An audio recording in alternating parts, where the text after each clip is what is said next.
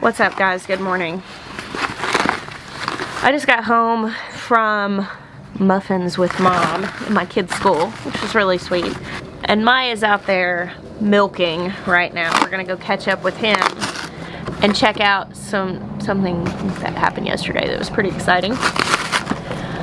But this has been sitting on my table since it came in yesterday because I wanted to open it on camera. My friend Justin wrote this beautiful book called The Rooted Life, Cultivating Health and Wholeness Through Growing Your Own Food. Now, I actually got to see this book when it was in the very early stages, and sat down and looked through it. It's so pretty. Beautiful photos. And it's a really great book. Justin, congratulations on this. I love the Rhodes family. They're very dear friends of ours. They have really like blazed a path as far as content creation in the homesteading world. You know, Justin, when his channel really took off, it was one of the things that I saw and kind of had the thought, like, I would really like to do that.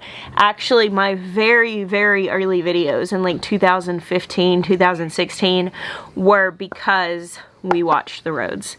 And I didn't quite get into the groove in it till a couple years later. You know, I really got the unction and the oomph to like really start treating it like a job. But they really played a lot into the inspiration for me, and I'm forever thankful for that.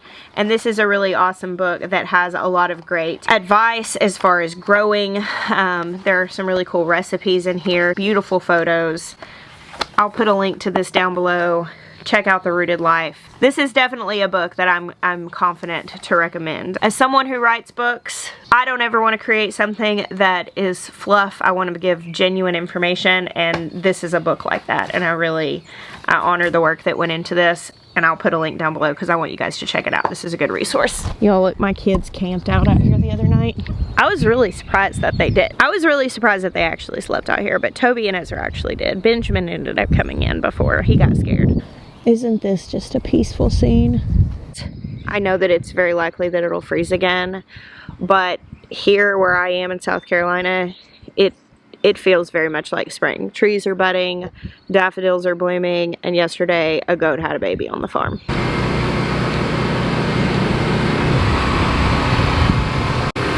Hey girl.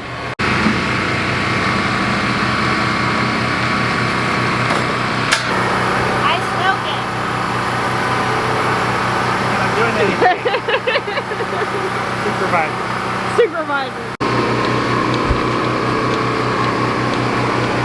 Milk machine going. Hope's like, I'm next. Getting ready for these today. Heffy's in here by herself right now. So we're kind of having issues with Heffy and getting her fully grafted onto Hope.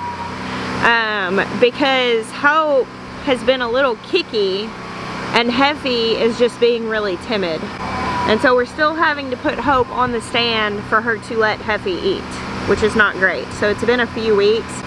And I had some people suggest like this powder called Orphan No More. We tried that and it didn't work. We tried like a lot of the tricks that you find online. And so I don't know. We've talked about potentially like rehoming her to somebody who has like a better nurse cow so she can really thrive. Our plan with her was always to just raise her and sell her. Like we weren't ever planning on keeping her. It was just trying to eliminate the need for an evening milking and basically use that milk, which is excess to us, to raise a calf, which will be worth something as a heifer, maybe a bred heifer. Right now it's just another step, and we're having to come out and milk every evening anyway and put her on the stand so that the baby can eat. And then we're having to catch her and all of that stuff. So it's kind of proving to be a little bit of a headache right now that we're kind of exploring options on. I'm not ready to necessarily find another home for her today. I'm still like trying, but we started potentially discussing at what point do we want to do that. The other thing is that we're really trying to handle Hallie a lot because we do know that we're keeping her and planning on breeding her and having her as a milker on our farm, and we want her to be really tame. But right now we're having to spend so much time dealing with Heffy that that's not happening as much as I would like. Hey cutie!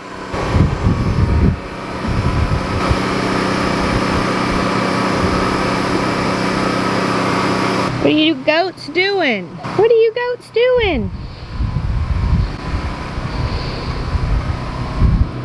Alright, so today I am very closely watching Nestle.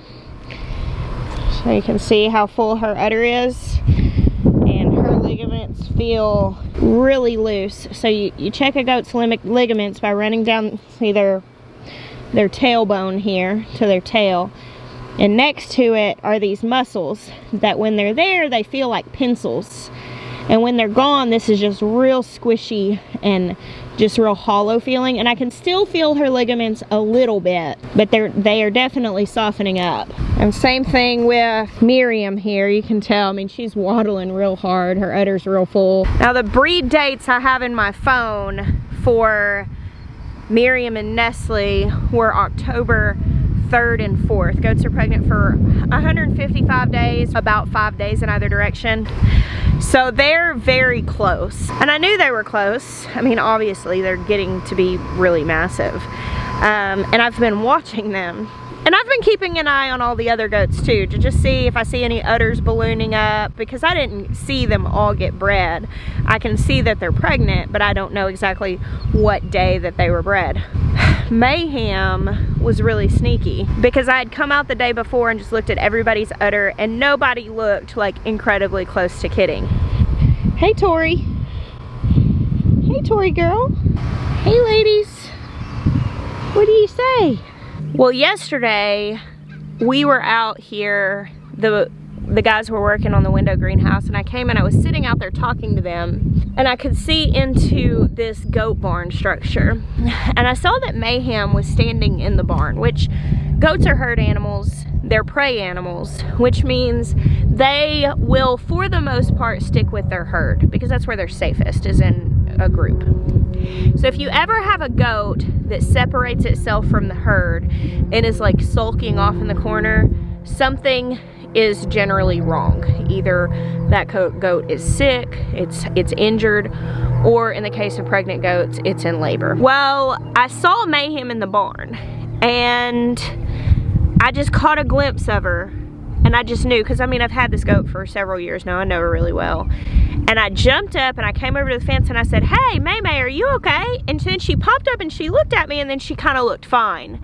And then I realized there were 2 other goats in the barn with her, and I was like, well, it's hot today. She probably just went in the barn to get out of the heat and the sun. And I didn't think anything of it. Well, about an hour later, we were up at the red barn milking in the evening, and we hear screaming. We hear a goat screaming, and instantly Noah took off for the barn.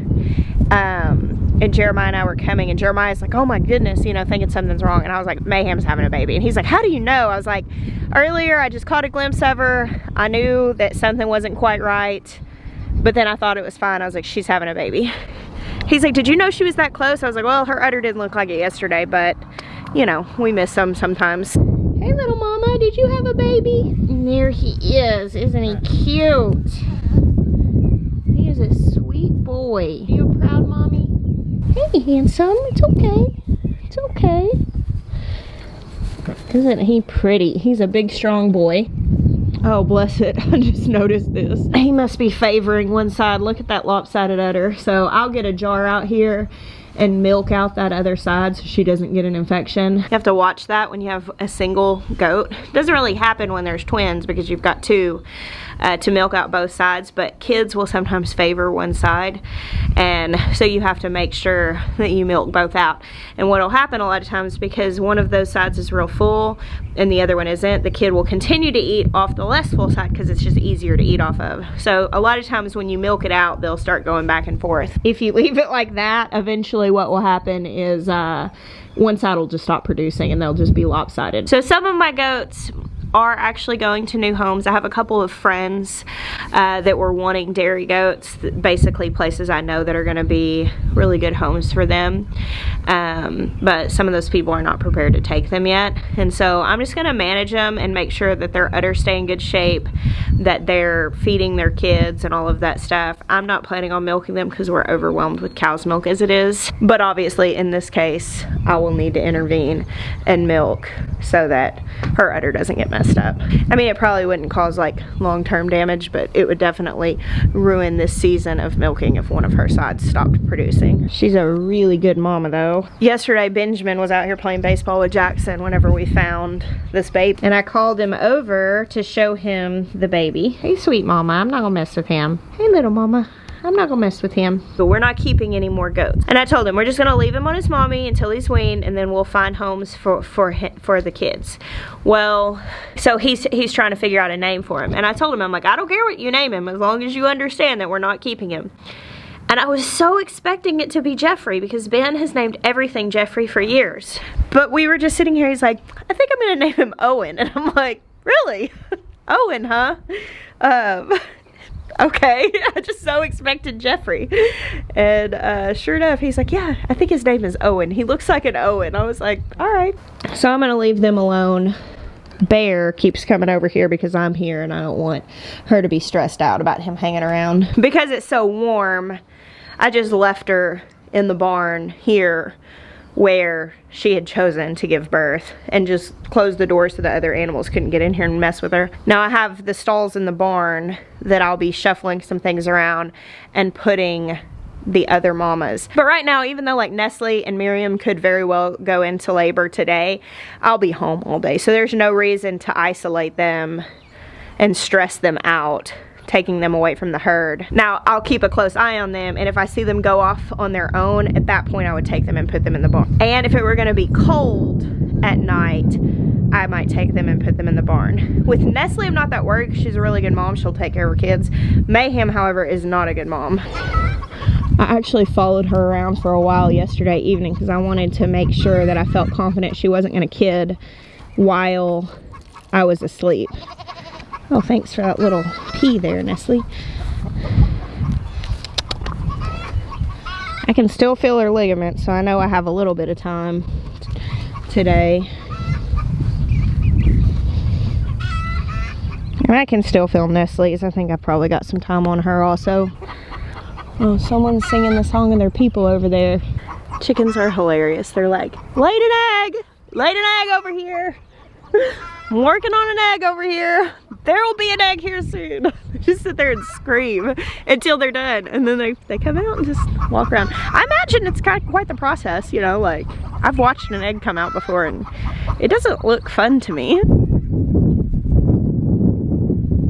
I think the onions and garlic have like doubled in the last week. So I went yesterday to my friends Ike and Anita's antique shop and got a couple of really neat chandeliers to go in here. I've been looking for some and I found some there, which I'm pretty excited about. And I've been coming out here and just sitting and looking at this building every day.